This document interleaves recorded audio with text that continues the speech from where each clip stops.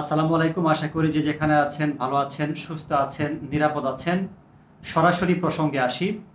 সাবেক আইজিপি বেনজির আহমেদের সম্পদের তথ্য প্রকাশের পর সারা দেশে আলোচনা চলছে। একজন সিনিয়র সাংবাদিক লিখেছেন যে সম্রাট শাহজাহানকেও তিনি পেছনে ফেলেছেন, অর্থাৎ সম্রাট শাহজাহান তাজমহল নির্মাণ করবার জন্য ৪২ একর বা ১২৬ বিঘা জমি তিনি দান করেছিলেন। সেখানে বেনজির আহমেদ তার স্ত্রীকে দিয়েছেন, তার স্ত্রীর নামে দিয়েছেন ৩৫০ বা ৩০০ বিঘা জমি। এমন হয়েছে যে প্রতিদিন অন্তত ১৫% জমি তার নামে তিনি কিনে দিয়েছেন। এটি সবাইকে অবাক করে দিয়েছে এবং বেনজির আহমেদের যে সম্পত্তিগুলো আছে ৬২১ বিঘা জমি, ৪টি ফ্ল্যাট, ৩৩টি ব্যাংক অ্যাকাউন্ট, সবগুলোই দুদকের আবেদনের প্রেক্ষিতে জব্দ বা ক্রোক করা হয়েছে। একজন সাবেক আইজিপির এত পরিমাণ সম্পদ দেখে অনেকেই অবাক হচ্ছেন, যিনি সবসময় তার নিউজগুলো কভার করেছে। আমিও অনেকেই স্মার্ট আইজিপি হিসেবে পরিচিত ছিলেন, যিনি সবসময় বলেছেন দুর্নীতির বিরুদ্ধে এবং এমনও বলেছেন যে দুর্নীতিবাজরা যদি মাটির নিচেও থাকে ইঞ্চি ইঞ্চি করে খুঁড়ে তাকে বের করে আনা হবে। তার বিরুদ্ধে যখন এই বিষয়গুলো বেরিয়ে আসে তখন আসলে সবাইকে অবাক করে আসলে তিনি এতগুলো কাজ কিভাবে করেছেন। একটু প্রসঙ্গে আসি যে তার এখন যে সম্পদগুলো জব্দ করা হয়েছে বা ক্রোক করা হয়েছে সেগুলো তিনি আসলে আর ব্যবহার করতে পারবেন না। তিনি ব্যবহার করতে পারবেন না। তাহলে এই যে এত পরিমাণ সম্পদ, তার যে রিসোর্ট, তার যে জমি, এই জমিগুলোর আসলে কি হবে? এবং দুদক যে তাকে তলব করেছে ৬ জন তাকে এবং ৯ জন তার স্ত্রী কন্যাকে, সেখানে যদি হাজির না হন পরবর্তী পদক্ষেপই বা কি হবে? এ বিষয়টি নিয়ে দুদকের আইনজীবী খুরশিদ আলমের সাথে আমি কথা বলেছি। তিনি সমস্ত আইনি প্রক্রিয়া জানিয়েছেন। একটু শুনে আসি। বেনজির সাহেবের যে সম্পত্তিগুলো দুদক আদালত জব্দের নির্দেশ দিয়েছে, এগুলোর ম্যানেজমেন্ট আসলে কিভাবে হবে? কি না দেখুন, এটা অনুসন্ধান কার্যের একটা পর্যায়ে গিয়ে জব্দ করেছে ২ দফায় ২৩শে মে, ২৬শে মে। আদালতের এখন আদেশ বলবৎাধীন। ম্যানেজমেন্টের প্রশ্নটা আসবে পরে। অনুসন্ধান শেষে যখন পূর্ণাঙ্গ চিত্র পাওয়া যাবে বা যেসব প্রপার্টি জব্দ করা হয়েছে তার উপর যখন পূর্ণাঙ্গ চিত্র পাওয়া যাবে তখন ম্যানেজমেন্টের ইস্যুটা আসবে। এই মুহূর্তে এটা জব্দই থাকবে আদালতের নির্দেশে। আর ম্যানেজমেন্টের কোনো যদি বিষয় আসে সেটা আদালতের অনুমতি সাপেক্ষে। মানে এগুলো দেখাশোনা কে করবে? মানে অনেকগুলো রিসোর্ট সেটাও আদালতের অনুমতি লাগবে।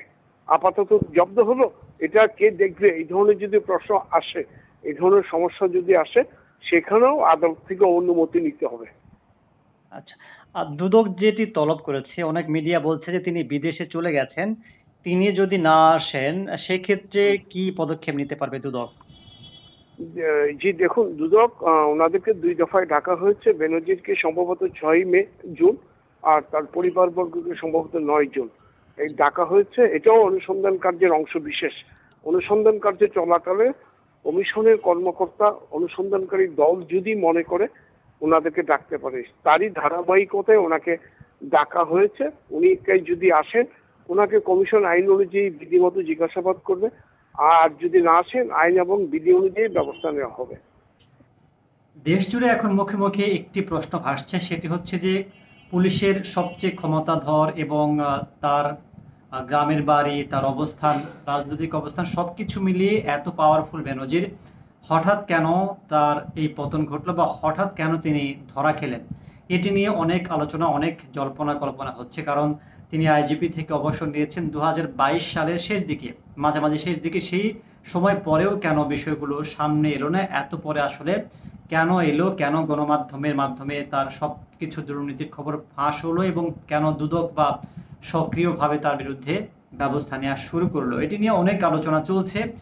কেউ বলছেন যে দুর্নীতির কারণে তিনি আসলে এই জায়গায় এসেছেন। যতটুকু জানা যাচ্ছে, যে একেবারে নির্ভরযোগ্য সূত্র যতটুকু বলছে, যে সরকারের শীর্ষ পর্যায়ের কোনো জায়গার সাথে বেনজির আহমেদের একটা বড় ধরনের মতবিরোধ বা বড় ধরনের একটা সমস্যার সৃষ্টি হয়েছে, যার কারণে তার এই যে অপকর্মের তথ্যগুলো সেগুলো বেরিয়ে আসতে শুরু করেছে এবং সেইগুলোই এবং এইভাবেই তার বিরুদ্ধে ব্যবস্থাটা আসলে নেওয়া হচ্ছে। আমরা আগেও দেখেছি যে ক্ষমতাধর অনেকেই যখনই এমন কোনো সমস্যার সৃষ্টি করেন তার বিরুদ্ধে কিন্তু আমরা দেখেছি যে ব্যবস্থা নিতে, এবং অনেকেই বলছেন যে অনেকেই আছেন হয়তো দুর্নীতির অভিযোগ অনেকে আছে, তারা কেন আসলে ধরা খাচ্ছেন না। এই জায়গাটা মোটামুটি বলা চলে যে শীর্ষ পর্যায়ে কোনো জায়গাতেই তার সাথে এই সমস্যাটা হয়েছে। এখন বেনজির আহমেদ কি দেশে আছেন নাকি দেশের বাইরে গেছেন, এটা নিয়ে অনেক ধোঁয়াশার সৃষ্টি হয়েছে। গণমাধ্যমগুলো যেটি বলছে যে বেনজির আহমেদ যখনই এই বিষয়টিগুলো ফাঁস হয় তখনই তিনি জানতে পেরেছিলেন যে তার বিরুদ্ধে ব্যবস্থা নিতে যাচ্ছে সরকারি সংস্থাগুলো, এবং সে কারণে তিনি ব্যাংক অ্যাকাউন্টের টাকাগুলো আগেই সরিয়েছেন বলে বিভিন্ন গণমাধ্যম বলছে। এবং একই সাথে গত 4 মে তিনি দেশ ছেড়ে চলে গেছেন বলেও আমরা মোটামুটি খবর পাচ্ছি। বিভিন্ন সূত্র বলছে যে তিনি সিঙ্গাপুর এয়ারলাইন্সের ফ্লাইটে তিনি দেশের বাইরে চলে গেছেন, স্ত্রীর চিকিৎসার কথা বলে তিনি সিঙ্গাপুরে চলে গেছেন। সেখান থেকেই তিনি সমস্ত বিষয়গুলোকে তিনি পর্যবেক্ষণ বা অবজার্ভ করছেন, তারপরে পরিবেশ পরিস্থিতি বুঝে তিনি হয়তো দেশে ফিরে আসবেন। আমরা আসলে প্রত্যাশা করি যে এই ধরনের শীর্ষ পর্যায় থেকে যারা এই অপকর্মগুলোর সাথে জড়িত আছে তাদের বিরুদ্ধে সরকার ব্যবস্থা নিক, এবং প্রশাসন যদি স্বচ্ছ হয়, বিভিন্ন জায়গাতেই স্বচ্ছতা নিশ্চিত করা সম্ভব, তাতে সরকারের ভাবমূর্তিও উজ্জ্বল হবে। আলোচনা ভালো লাগলে লাইক, কমেন্ট, শেয়ার করুন, না লাগলে সমালোচনা করুন। অনুগ্রহ করে খারাপ মন্তব্য করবেন না। সবাই ভালো থাকবেন। আসসালামু আলাইকুম।